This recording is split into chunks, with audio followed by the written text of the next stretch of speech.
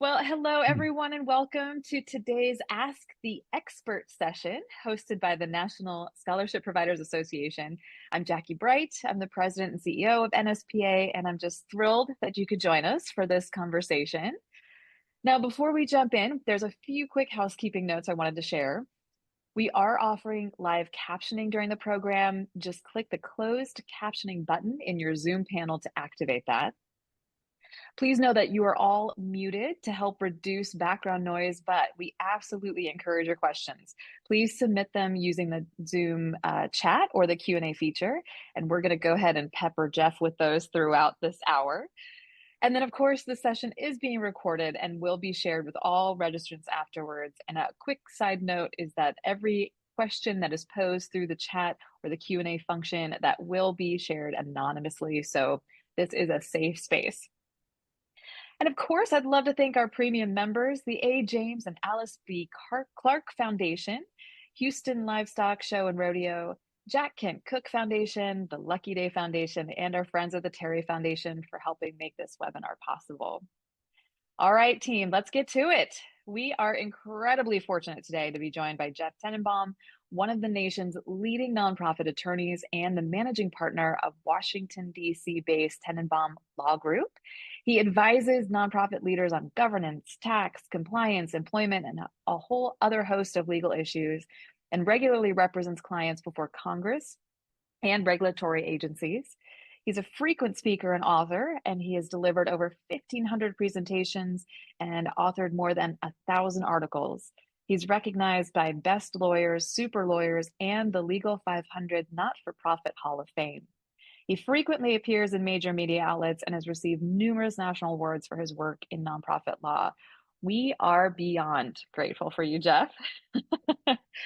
And so, before we get into our questions today, just setting the stage for everyone here, a lot has definitely evolved in the past few months.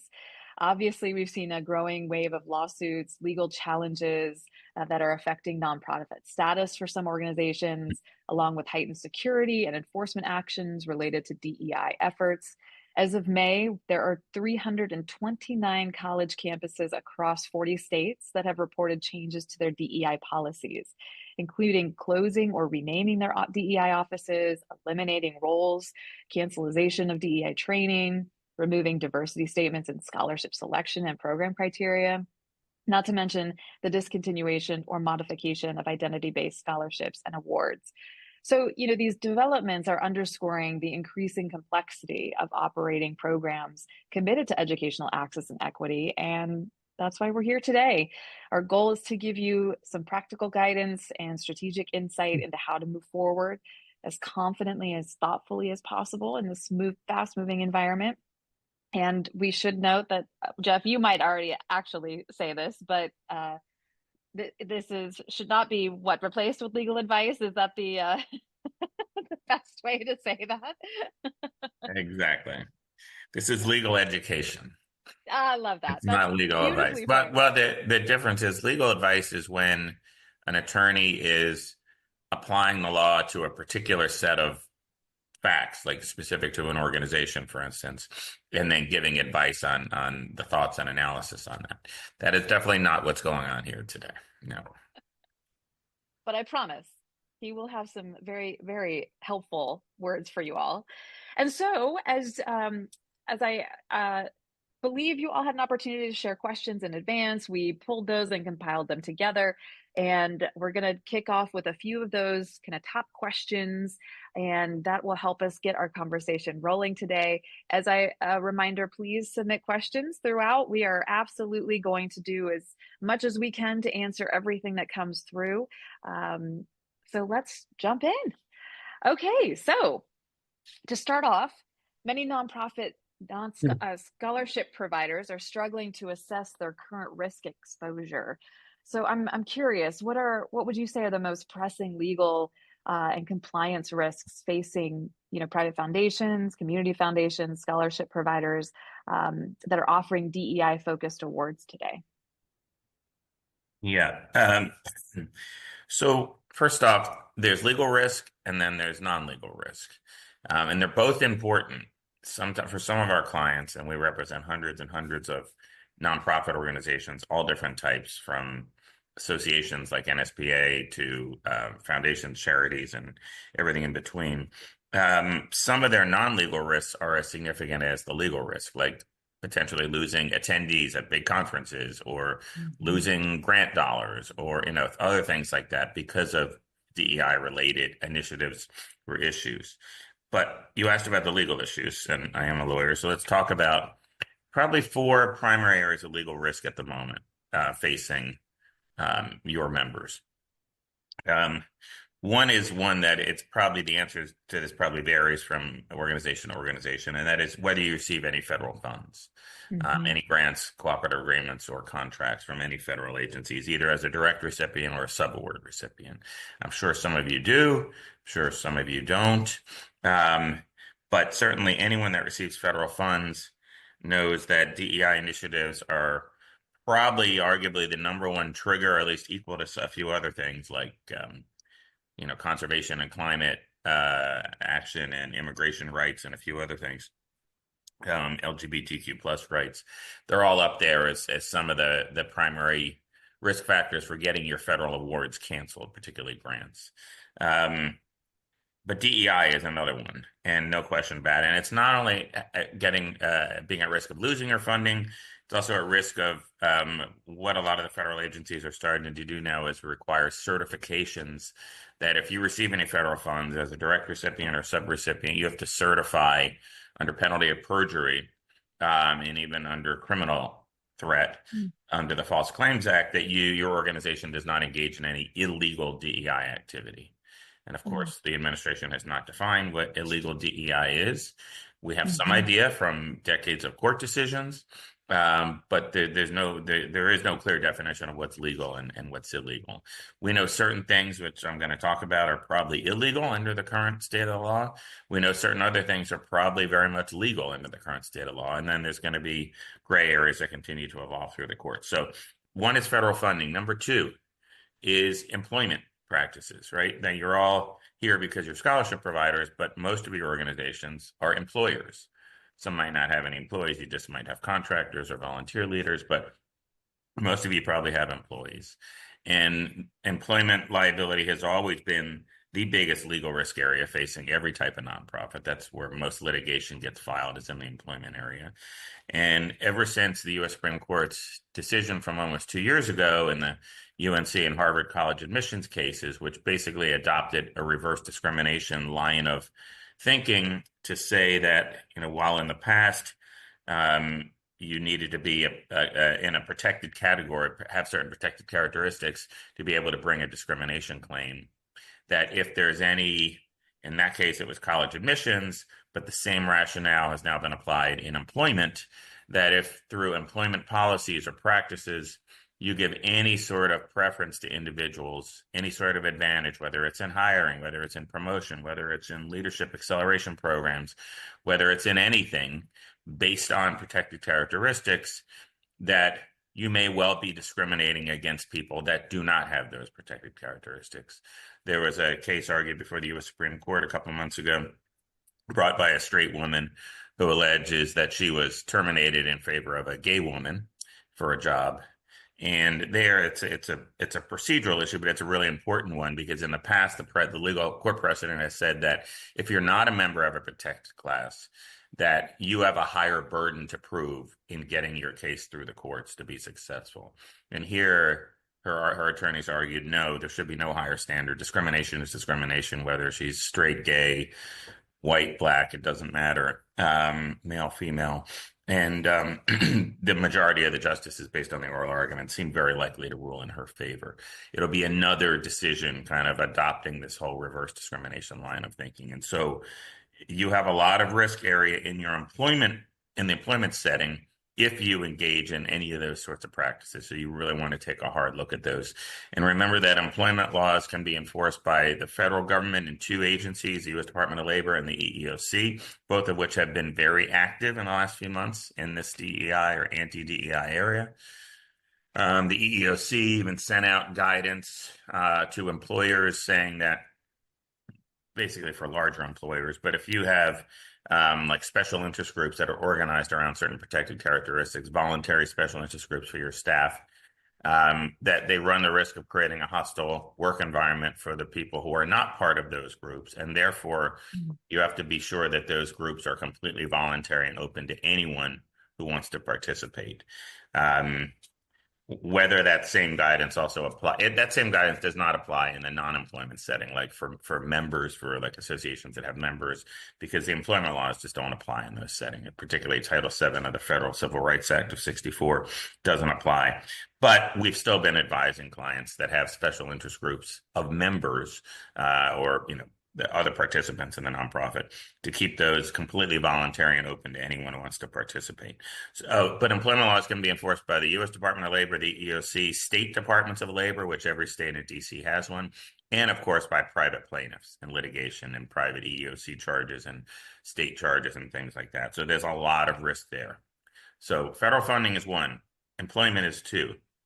Third is something that if you haven't heard about it, you need to hear about it, because it's probably the issue that's most relevant to everyone on this call, which is Section 1981. And what that refers to is, and Jackie, I'll presume you'll track these questions and pose them to me when yes, absolutely. For air. But this is probably the most important background for the whole webinar. Section 1981 refers to Section 1981 of the original Civil Rights Act of 1866, which was passed at the end of the Civil War to help protect the rights of the then freed slaves. And this section was designed to help ensure they could earn a living by prohibiting discrimination in contracting on the basis of race. So it only applies to contracts, it only applies to race, not other protected characteristics. But once the U.S. Supreme Court issued its reverse discrimination ruling in the college admissions cases, banning race-conscious college admissions, the same gentleman who brought those cases formed another conservative nonprofit called the American Alliance for Equal Rights and started bringing Section 1981 litigation against both for-profit and nonprofit organizations that were offering grants, scholarships, and fellowships that all involve a contract where eligibility was limited based on certain protected characteristics, including race. And essentially, AAER, the nonprofit, has been victorious in every one that they have brought, except some of the more recent ones, which are still working their way through. The most recent one that AAER brought was against the American Bar Association for its scholarship programs, which are limited to people of certain protected characteristics. There's another relatively new conservative nonprofit that popped up in Virginia, has some close ties to the Trump administration, that has brought a number of Section 1981, both lawsuits and other things that I'll explain, but they brought one against the American Chemical Society, claiming that their scholarships were eligibility limited to people of certain protected characteristics, including race, violate Section 1981. Now, they're all kind of similar lawsuits. AAER brought one against the Fearless Fund, which is a Atlanta-based nonprofit that used to give $20,000 grants to Black women-owned businesses. That case had an adverse ruling for Fearless Fund in the 11th Circuit Court of Appeals, basically ratified this whole theory behind these cases. And then Fearless Fund ended up settling and abandoning its program. Do Not Harm also filed complaints with the U.S. Department of Health and Services Office of Civil Rights against several nonprofits, claiming that, again, their scholarship programs, eligibility limited based on race and other protected characteristics, violates federal civil rights laws, and therefore they should be investigated by the agency, which the agency has now turned around and opened some investigations. One is against a client of ours, so I know it well. In fact, our response is due tomorrow. And they also leaked the information to the Washington Examiner, which ran a whole story about it as well. AAER, no, it was Do Not Harm as well. They filed complaints with the IRS against 3 foundations, one of them being the Gates Foundation, alleging that their signature scholarship program, which again was for college scholarships, was limited based on race and other protected characteristics, violated the law and the Constitution, and therefore they should be ineligible for 501c3 tax-exempt status. Put a pin in that, I'll come back to it. But my point of all of this, and there'll be more, is to say that this liability risk for your scholarship programs, where eligibility criteria are limited in part based on race, is very real. It's not going away. The risk is coming from multiple different fronts. I wouldn't, well, just today, the president withdrew the nomination of Ed Martin to be U.S. Attorney for D.C., which is a very important position. But his name is Ed Martin, and prior to his nomination being pulled back today from the Senate, he had been writing letters to a number of different academic and medical journal publishers, mainly associations and nonprofits, alleging all sorts of DEI-related accusations about their journals and bias and things like that. So my point is, it can come from all different directions. The Wall Street Journal editorial page editor wrote an editorial a few weeks ago urging the IRS to start auditing and then revoking the tax-exempt status of tax-exempt 501c3 organizations that engage in illegal DEI, again in air quotes because we don't know exactly what that means. But we do know that these sorts of scholarship programs where there are race-based eligibility criteria are likely illegal. So that's one thing we do know. We don't know about a lot of other things, whether they rise to the level of illegality or not. But it's an issue. It's a problem. Now, so I'll stop there on the Section 1981 front. Just know that 1981 it only has a private right of action, meaning it can be enforced through private litigation. It cannot be enforced by the U.S. Justice Department or like a state attorney general. So that'll be interesting to see how that plays out. But certainly, we see these nonprofits that are going and reporting some of these organizations to federal agencies to get them to try to investigate them. And then the last area of legal risk is, well, I'm going to say there's 5. Fourth area of legal risk is the tax exemption front.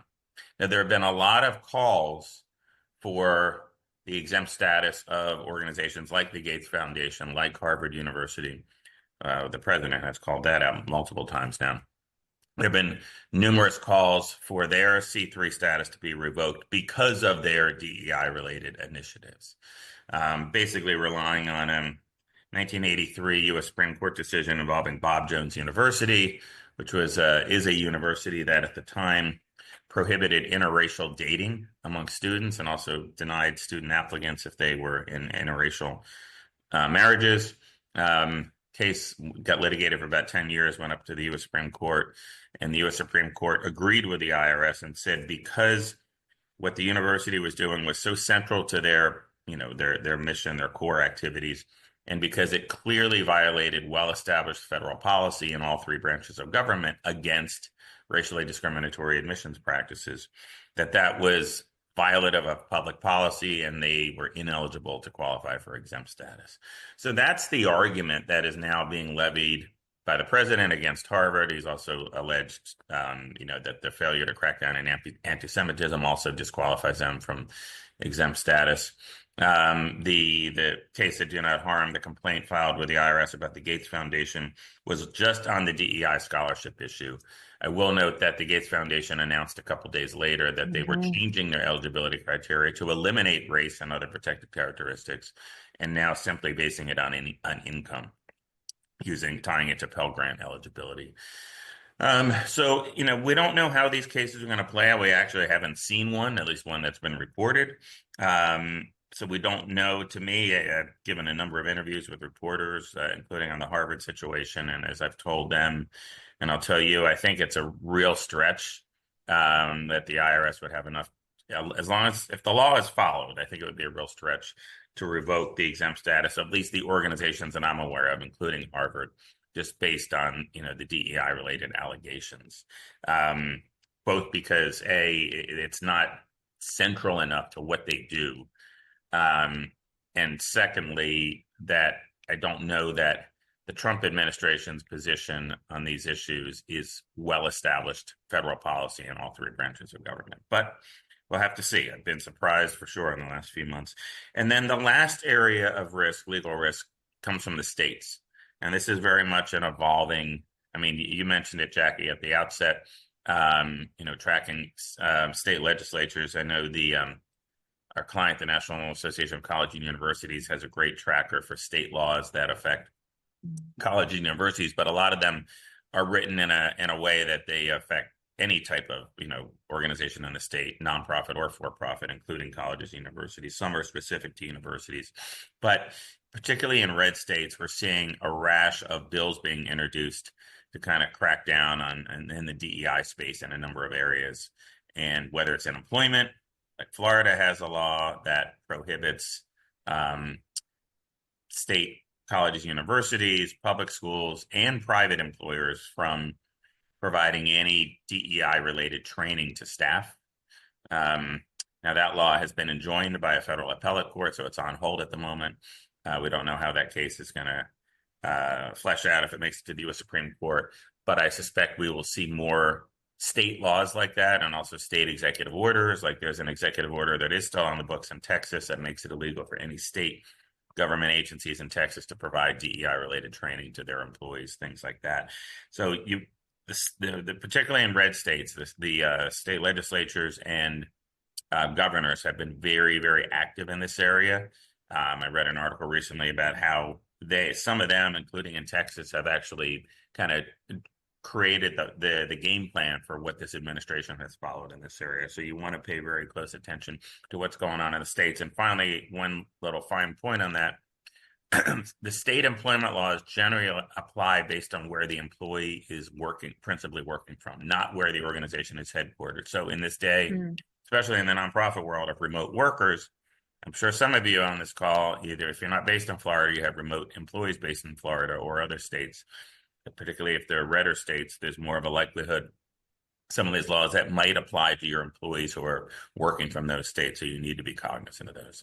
I know that's a lot to digest, but I felt like I needed to get that background out there. So I'll stop and see what kind of questions people have. No, I think that's wonderful. And, I hear continually from our members that if they are, a private organization who is not receiving federal funding, are the risk levels similar because there is litigation happening with these, kind of private citizens or other organizations?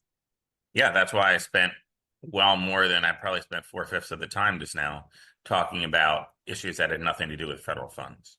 So essentially, yeah, absolutely, yeah. There's no question. If you think, and part of it is because the two executive orders that the president issued on January 20th and 21st, the kind of anti-DEI executive orders, were, I'd say, largely focused on federal funds, right? Without question. And because many nonprofits don't get any federal funds, for instance, most associations don't get federal funds. You might think it's not relevant. Now, there were some things in there. They weren't binding, but they encouraged federal agencies to crack down on private organizations who engage in illegal DEI practices, other things like that. But they were largely focused on federal funds. But that's why I spend time talking about these other risk areas that come from private litigation, that come from the employment laws, which can be enforced by private litigants, by aggrieved employees, from the states that have nothing to do with federal funds. And states have a lot more hooks into a private nonprofit organization. They have a lot more, just the way our federalist system works, our constitutional system, they have a lot more ability to regulate the activities of, say, private nonprofits that don't receive federal funds. I just put okay. Yeah, thanks for resharing this. I guess I was only sharing with the panels, which is you and me, Jack. Which is me. I put 2 articles in the chat. This is why usually I'm a pretty good multitasker, but I wasn't. No, you're fine. You're fine. That's what we're here for. I put 2 articles, 2 fairly recent articles of ours in the chat. One about DEI specifically, and the other about how the IRS can and cannot revoke federal tax exempt status. That one both have been picked up very widely, but especially the latter one. So if you have any concerns about the exempt status revocation issue, it's definitely worth reading that article. And let me ask you, this might be a naive question, but let's say you're a private foundation and you are involved in some litigation. Is the ultimate consequence the cost involved in the litigation and the fees, or is there risk of as far as losing 501c3 status, or what are people really facing here? Yeah, First off, no, generally litigation should not have any effect on your C3 status. Unless you were litigating your C3 status, like you went through the examination, you went through the IRS appeal, you lost, and then you go to court to sue to get it back or to try to get the court to enjoin the revocation. Other than that, no, it's not about exempt status. It's certainly about cost, especially if it's not covered by insurance. Yes. So, employment-related claims, DEI-related employment claims are almost always going to be covered by your directors and officers liability insurance, which includes employment practices coverage. But there are a number of exclusions, and there are some types of cases in this area. And I'm very familiar with nonprofit D&O insurance policies. There are some sorts of claims I could think about that would not be covered by your D&O insurance. So the cost, and certainly even if it is covered, you get a big case with your D&O policy. These days are almost certainly going to drop you after the case is done. They'll have to cover it and pay it, but then it'll be a lot more difficult and more expensive to get new insurance after that. Right. Also, it might not be covered, hugely expensive. Litigation is so costly and it's so distracting. It can just be a time suck, a distraction suck, energy suck on the staff and the board. And then also reputationally, it can have huge adverse impacts. It can scare away funders and donors and grantors and, conference attendees and publication readers and, anything and everything else you do. So definitely want to avoid it if at all possible. There are some organizations who have joined in litigation against the administration, because they want to do that to take a stand. Usually they're not the ones paying for it. But there's still, as we all know, when you sue this administration, you get a target on your back. And that's one of the things that a lot of organizations are trying to do, is to make themselves less of a target. Yes. And related to that, so we certainly have folks who are wanting to be thoughtful and proactive. And there were a lot of questions around legal strategies that they should consider. Should they fully overhaul their eligibility criteria? Or are there ways that they can stay compliant, while supporting historically excluded groups? So the devil's in the details. Again, I want you to distinguish between legal risk and non-legal risk. So, and we've been advising dozens of nonprofits in the last, since the administration took over, essentially, on analyzing all of their DEI-related initiatives and making very specific, concrete recommendations about what could be done to mitigate both legal risk and non-legal risk. And I'm going to talk about some of those non-legal risks shortly. But certainly to the extent you have legal risk, any race-based eligibility criteria, race-based employment policies or preferences or practices, those are very problematic, and those need to change, and they should be changed immediately. But we've also, and I'd also put into that, like we have a couple clients that have board seats that are reserved for people of certain protected characteristics, including race, certain minority groups. And their board members, like most, it's a best practice is to have board members every year sign a document that says, I agree to adhere to your conflicts of interest policy and your confidentiality policy and code of conduct and things like that. That's a contract.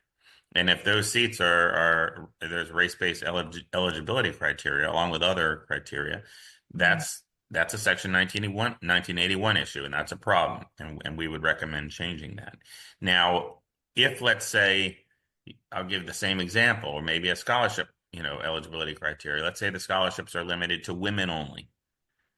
And that we've had this other issue about how do we define women, but let's say anyone who self-identifies as a woman, or a board seat that's limited to women only, or a board seat that's limited to, members of the LGBTQ plus community. Those protected characteristics, while they are protected characteristics under federal law in Title VII, they're not covered by Section 1981 because that only applies to race. So you don't have a 1981 issue there. These things are not employment issues. So we don't have Title VII of the Civil Rights Act of 1964, which makes it illegal to discriminate on all those bases in the employment setting, including reverse discrimination. But the employment laws don't apply to your board of directors. They don't apply to board governance. And so from a purely legal risk perspective, again, keeping with a caveat that we have to see what certain states do. But with that caveat, that should not be illegal at the moment. But is it likely going to put more of a target on your back? Potentially. And do you want to have eligibility criteria that are based on A, B, C, D, E, but not race? Some of our clients have said, we don't feel comfortable doing that.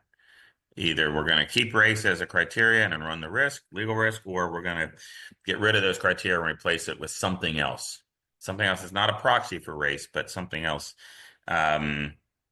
People who have overcome significant hardship or adversity in the past, or making it a means-based, eligibility criteria for scholarships or other things like that. There are lots of other criteria that are not mere proxies for race that we've suggested to clients that you can use for your scholarship programs and your grant programs that should help to mitigate legal risk.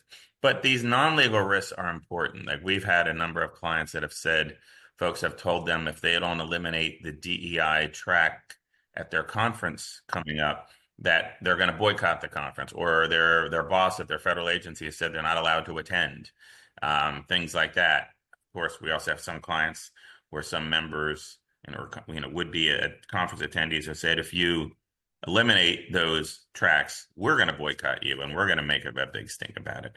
These are some really tough issues to navigate, particularly when we're talking about the non-legal risk. But I will say, in my experience, and obviously I only have a window into the clients that we work with, which is, a number of hundreds of nonprofits, primarily national groups. Virtually all of them, well, a couple generalizations. One, virtually all of them are sticking to their core values and they're not abandoning them, which they should. And that's really important, and you don't have to abandon them. Second, they are following our advice in making changes to eliminate the legal risk, particularly, in the contracts like grant, scholarships, fellowships, and in the employment setting. But then third is that they are also kind of changing some verbiage, changing labels like DEI, like health equity, to other things that are less polarizing, that are less likely to attract the attention of an AI search bot that's searching your website for certain keywords, or searching whatever else they might be searching, just to try to make it less polarizing, to draw less attention. Not so much in the legal risk area, but just more generally to have not as much of a target on your back. So there is a lot of that going on. Now, granted, there are some organizations have decided to terminate their VP of DEI.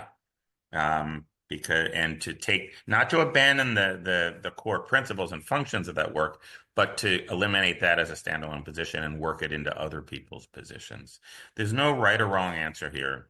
And I am not here advocating anything from you should or shouldn't do this. Even in the memos that we write, we spell out the risks. We give ideas for different ways to mitigate that risk, even suggesting alternative verbiage sometimes. But, in the end, it has to be up to the clients, and specifically the boards of directors. These are some really tough issues where you all have boards of directors. Your boards need to get involved in making these decisions. Certainly some low-hanging fruit and clear legal risk can be addressed by the CEO and staff in consultation with legal counsel. But a lot of this are really tough judgment calls. And there's one question that's come through that's related where, a donation has been made by a donor, and it's a donor specified fund where the donor is really wanting a certain population to be supported with that money. So how do you suggest organizations handle that?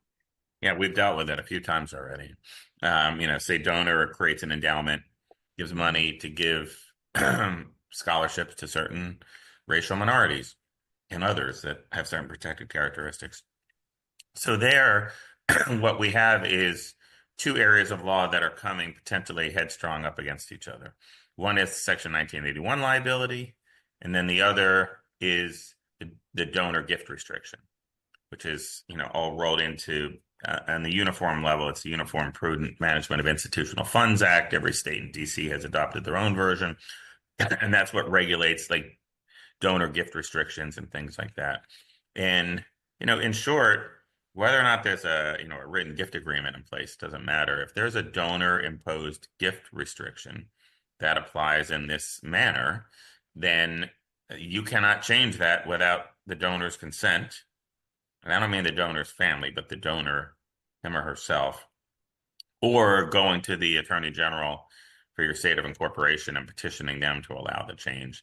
And that usually you're only going to have a chance of that if A, the donor is no longer living or available, and two, it's just impossible to effectuate the purpose of the restriction without violating the law, or maybe just impossible generally because something doesn't exist anymore.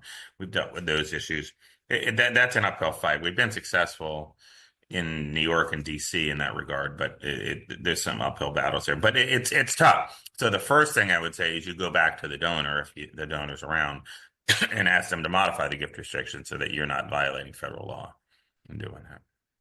Oh, by the way, we had the same thing recently in New Jersey. New Jersey has an employment law on the books for like employers that are either based in New Jersey and have remote workers in New Jersey, that you have to provide, I think if I recall, it's some kind of like mandatory DEI related training or orientation to those employees. And, we had a client who has some New Jersey based employers, and they said, like, is this going to be illegal under federal law? And we were able to figure out a way where they could do things that weren't going to violate any federal law, whether it would violate things like that Florida law I told you about potentially. But there are going to, I think, be continued cases where federal law, federal regulation, federal mandates are going to bump up against state laws, particularly in certain blue states, and there's going to be no easy resolution. Friend, we have a lot of questions coming in, so Yeah, I am going to actually switch gears and just start sharing those with you. Okay, we have a question about pass-through funds. So, for example, an organization receiving federal funds that they immediately pass through and regrant to the intended recipient. So in that scenario, are they considered an agency receiving federal funds? So you're talking about, that's when I said subawardees, that's what I was talking about. So that's what you're it's very common. Federal agency grants to like one of our clients is the National Fish and Wildlife Foundation, and they're the biggest grant making conservation group in the country. So they turn around and they give thousands of grants each year to other conservation groups. Some big ones like the Nature Conservancy, and then a lot of little ones, across the country in certain communities for certain projects and things like that. So yes, those subrecipient, and then of course those subrecipients are, hiring contractors to do conservation cleanup or to do research or to do whatever else. To the extent those grants haven't been canceled, yes, those subrecipients are subject to those same requirements, those same flow down provisions, and we're starting to see some certifications that I talked about earlier required by the subrecipients as well. Well, and there might be an example where an organization is simply the fiscal agent. I wonder if that's also potentially what this person is asking. Yeah, I mean, if it's like a fiscal sponsor situation, then it depends what type of fiscal sponsorship, because there's multiple different types. The two most common are, one is where the fiscally sponsored program is not an actual legal entity. It's essentially just functions as a division or department of the C3 organization that's a fiscal sponsor. The other more common one is where the fiscally sponsored entity is an entity, but it doesn't have its 501c3 status, usually because it hasn't gotten it recognized by the IRS yet. And so for that interim period, they essentially, it's not the way that the law is written, but they essentially rent the tax-exempt status of a fiscal sponsor for a fee in order for the funds to flow to the fiscal sponsor. But in both of those cases, the fiscal sponsor is the one receiving the funds from the federal government. And in the first instance, certainly they would have to be the name of the party on any grant agreement or contract or cooperative agreement, whatever it might be. Probably on the latter as well. But yeah, bottom line is, that's too fact specific to get into here. But bottom line is, yes, those fiscal sponsors may well be and almost certainly would be subject to this. I was talking to a fiscally sponsored program of a client last week, and they do have some small federal funds, and and their fiscal sponsor was very concerned about this stuff as well. So there's some questions around race as for example, it's not necessarily an eligibility requirement for a scholarship, but they might be using that as it's part of their scoring rubric. So Yeah. That's a problem. That's that was a key element in the college admissions cases from 2 years ago. Okay. Uh, yeah, and the court there even referred to that you can't use proxies for race, and you can't give any +1 scoring based on race. So I would absolutely put that in the same problematic category. Okay. But keep in mind that from a purely legal perspective, I think I saw a couple questions about like if eligibility is limited based on gender or LGBT Hmm. plus identification. Those things are not covered by Section 1981. Okay. And also, this is of note to some of you, Title VI of the Federal Civil Rights Act of 64, which applies to recipients of federal funds. So this is not an employment setting, but applies to recipients of federal funds. That only prohibits discrimination on the basis of race, color, or national origin, not other protected characteristics.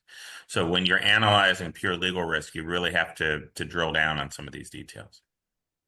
So there's also a couple of questions where they're asking if it's described as preferences, for example. So if there's a race-based preference rather than a rule, does that pass?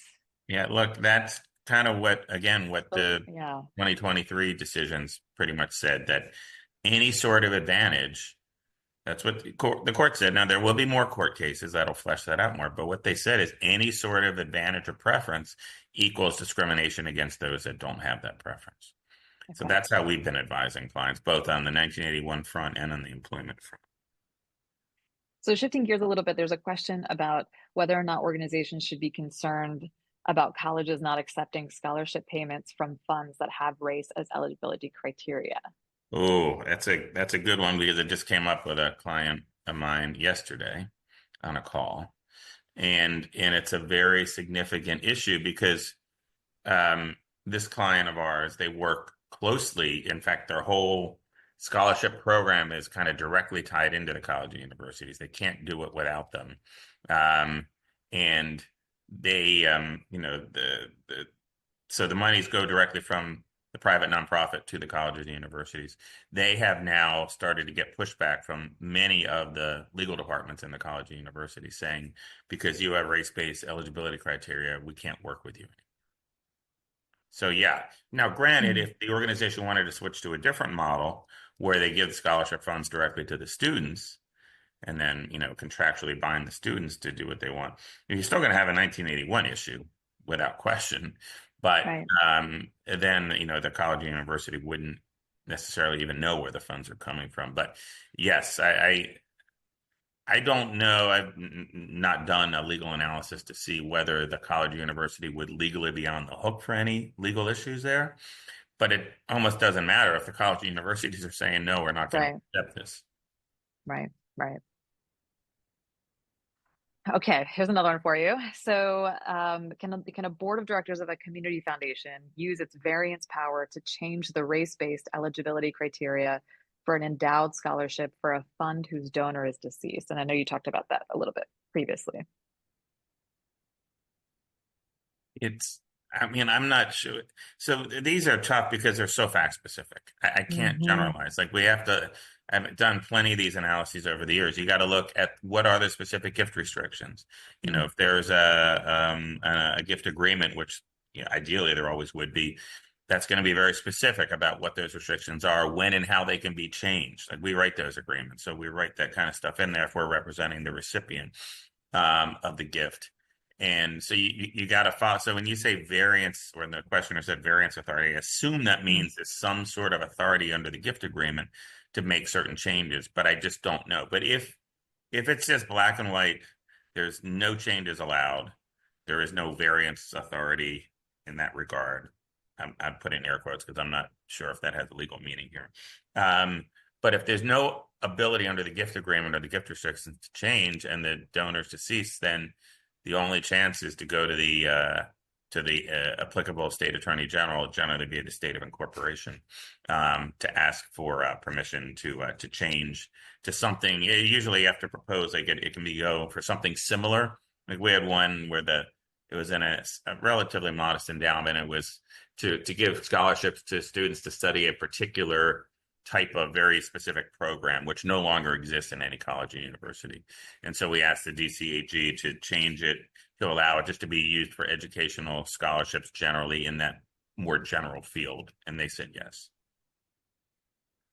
So do you have suggestion for scholarship dollars that were created due to court cases by the EEOC for prior discriminatory employment practices? Would funds like Yeah, that so create a you're talking risk? like a cypre, or because a lot of times in government litigation, when there's like some sort of settlement or damages that have to be paid, the agency will agree to send it to a private nonprofit organization to use for certain efforts to mitigate that prior harm.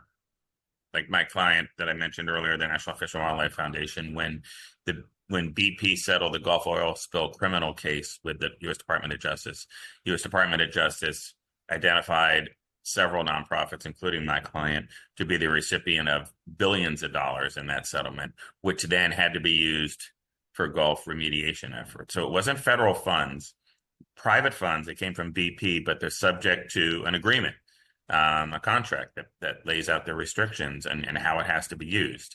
And they're generally going to be very specific. So if it's an EEOC settlement, it likely had to do with remedying some past discrimination or whatnot. And so, yeah, if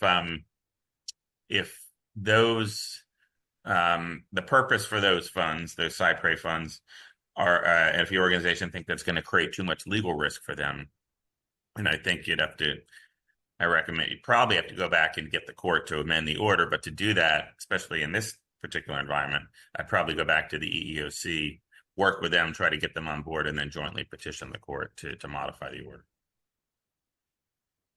So we have a question about undocumented students. And the question is very broad, just what about I am considerations for not, that? we have someone that we outsource our immigration law work to who's been very busy these days, as you might imagine. But Yeah, I that's right. really know extremely little on that area, so I don't want to.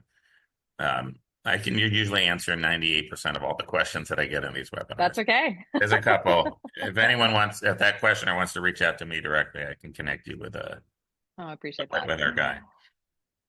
So, do you have this is another question, do you have any concerns on targeting scholarship eligibility to a specific geography and using specific community organizations as referral partners? Assuming we're talking from a 1981 perspective, so long as it's not a proxy for race. Like, for instance, if you were targeting certain zip codes that are predominantly minority residents, and you're working with community organizations there that really focus on those communities, to me, that's not going to fly.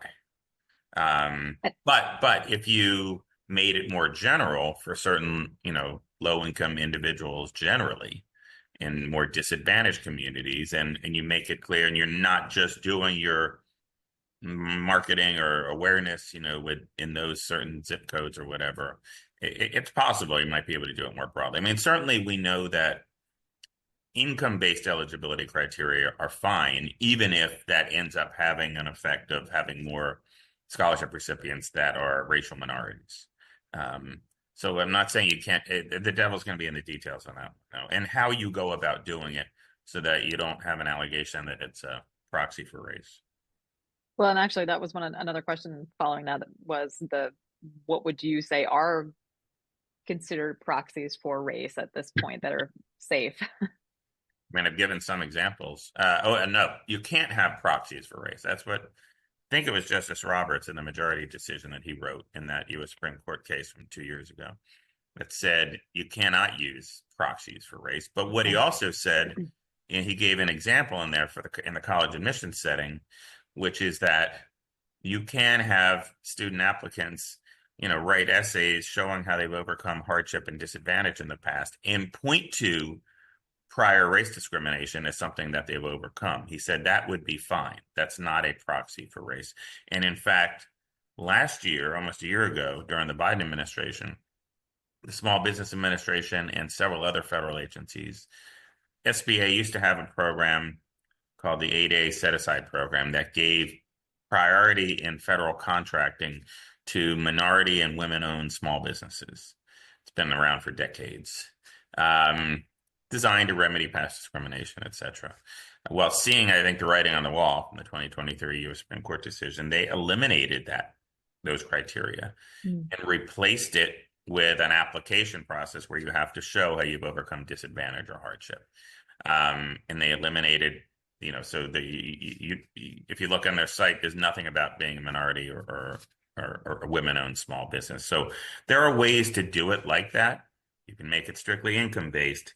We haven't seen clients do this, but I think you could even say, we're going to limit scholarships to graduates of historically Black colleges and universities. You might be thinking, Jeff, why the hell are you saying that? You're telling us the opposite. But historically Black colleges and universities, they accept anyone. They don't exclude people based on race. And so using that as an eligibility criteria, or people who are, I guess maybe it's the other way, if it's a college scholarship, people who are applying to those universities, that should not be deemed to be a proxy for race.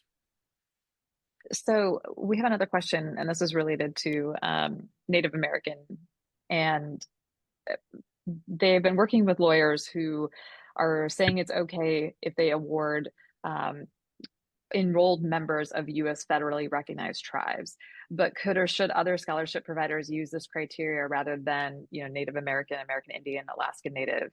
And then it says, we are also a result of a settlement with the Department of Interior between the federal government and U.S. federal tribes. So they're wondering if this could be a resource for other orgs who may need to know how they collect. Yeah, I'm reluctant to weigh in because it's so fact specific. Like, I don't know what that agreement says. If that's some sort of consent decree that puts restrictions. And I also don't know enough.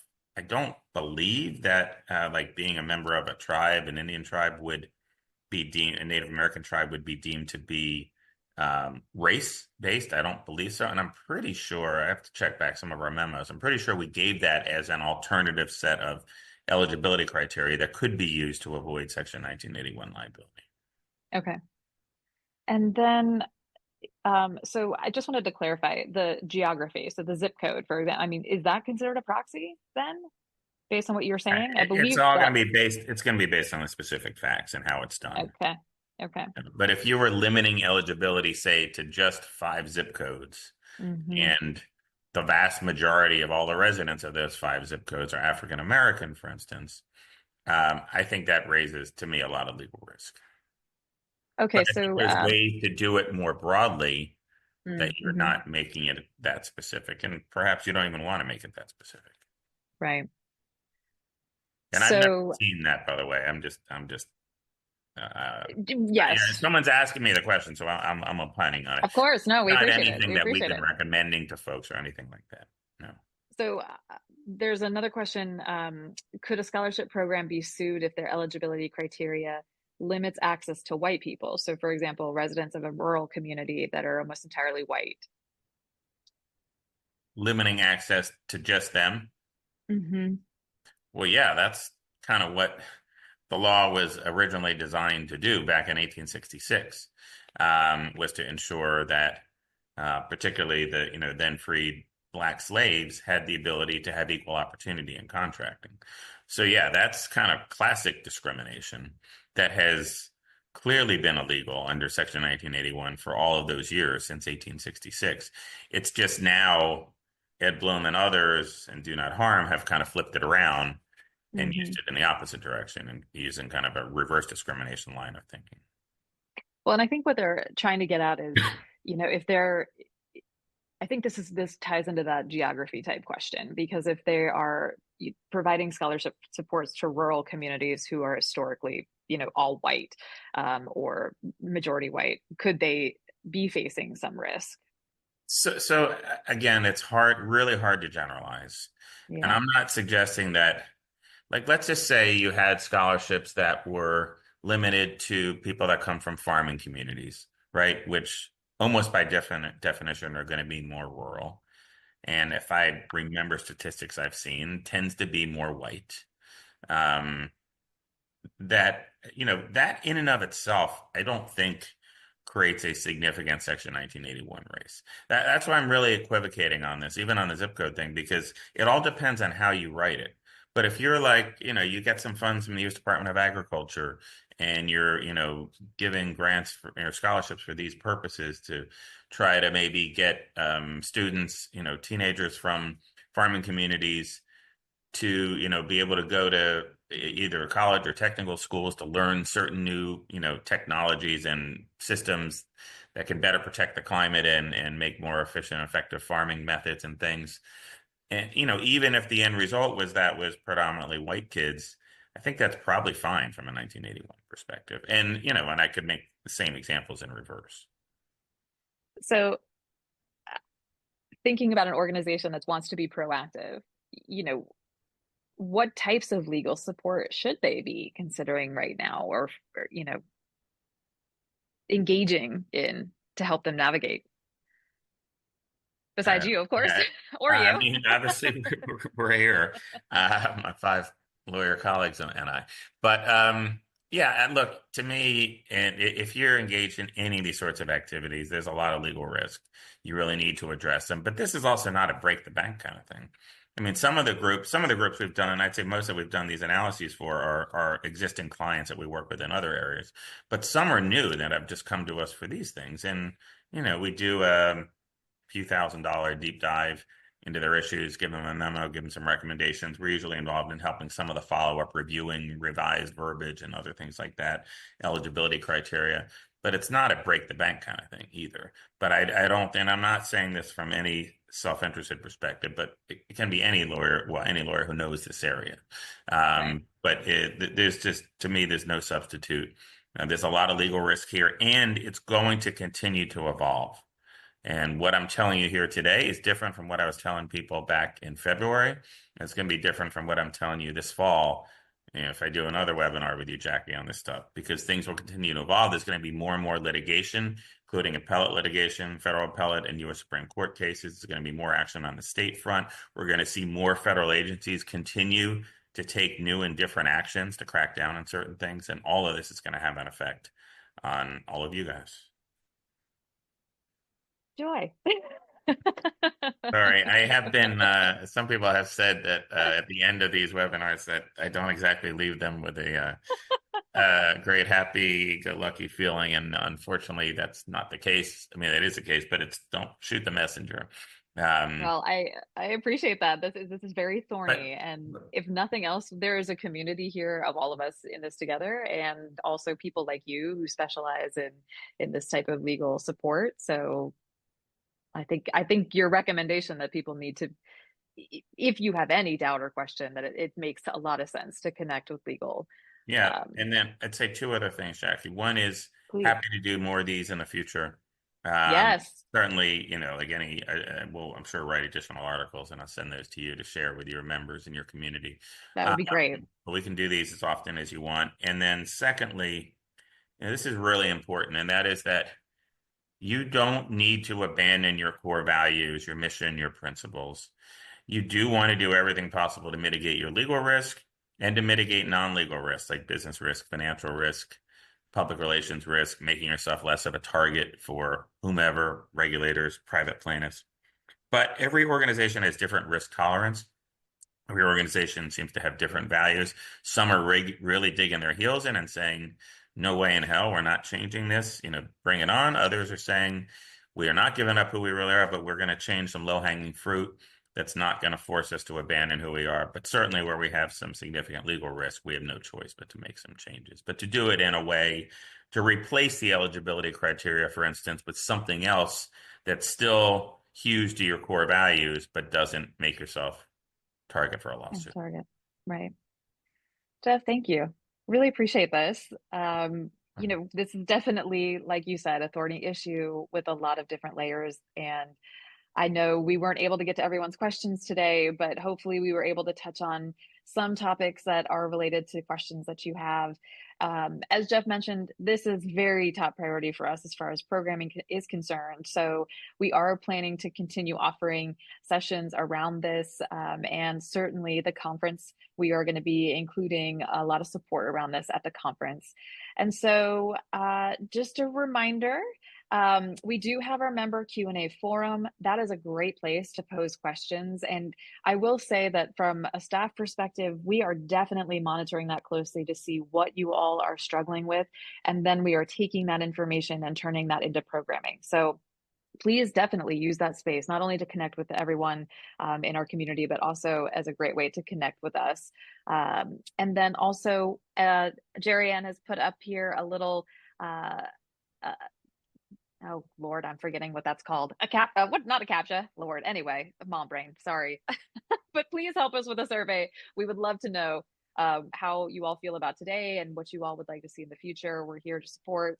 And last but not least, we do have our AI summit coming up. So for those of you who have not registered, if you are trying to figure out how to incorporate AI into your operations to make life easier, more efficient, more effective, that is the place to go. We have some wonderful professionals that are going to be showing you exactly how to use AI in your day-to-day operations. And that will be on May 14th. So it's right around the corner. Well, folks, thank you for joining us, Jeff.